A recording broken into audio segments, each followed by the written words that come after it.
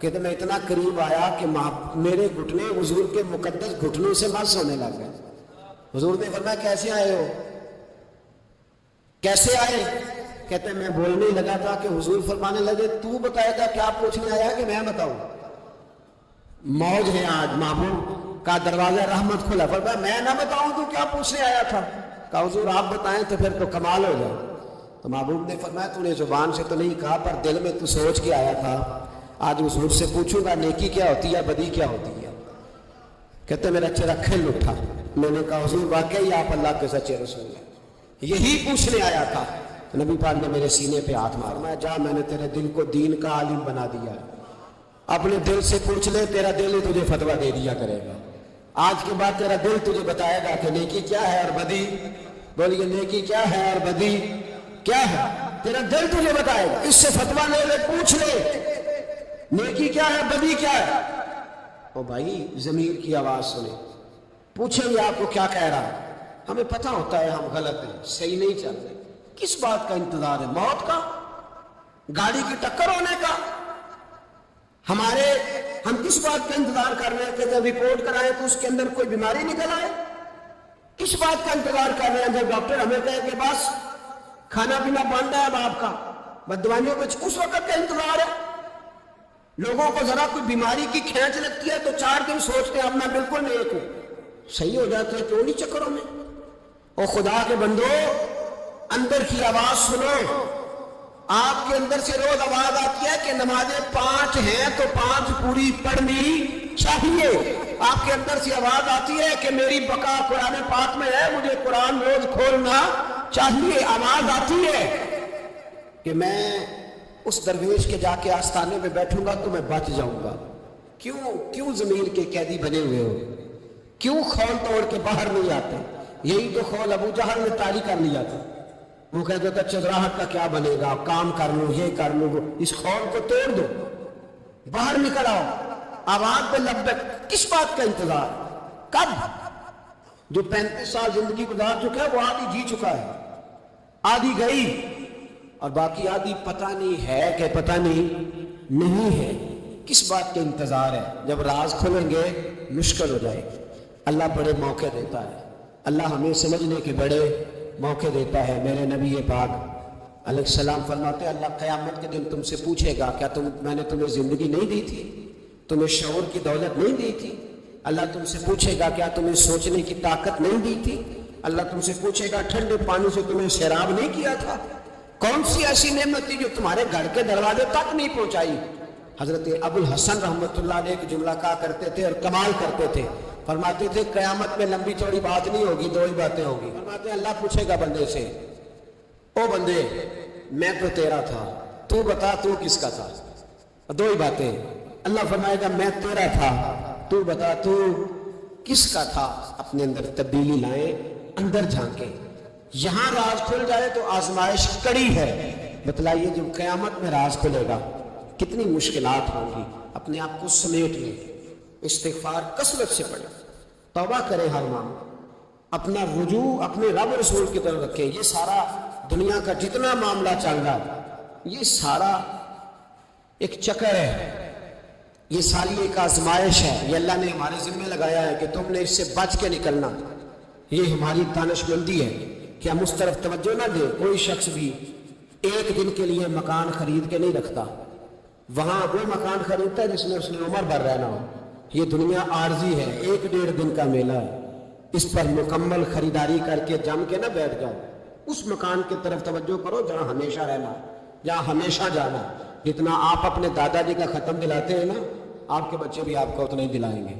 اور جتنا آپ روز کھڑے ہوتے ہیں نا دادا جی کی قبر پہ، بڑی مشکل سے بچے جاتے ہیں، پوتے کو نہیں جاتے، بڑی مشکل سے بیٹے. اس سے زیادہ کوئی معاملہ تو آپ کے بعد آپ کا بیٹا 50 سال تک رہے گا، بس ختم. پھر تو قبروں کے نشان تک مٹ جاتے ہیں. وَحُصِّلَ مَا فِي الصُّدُورِ، فرمایا میں کھول دوں گا راز. اس راز کھلنے سے پہلے اپنے رب کریم کی بارگاہ میں حاضر ہو جانا چاہیے. اس کے دروازہ نور پر جا کر خیرات حاصل کرنی چاہیے. دعا کرتا ہوں جو کچھ کہا اللہ توفیق عمل عطا فرمائے.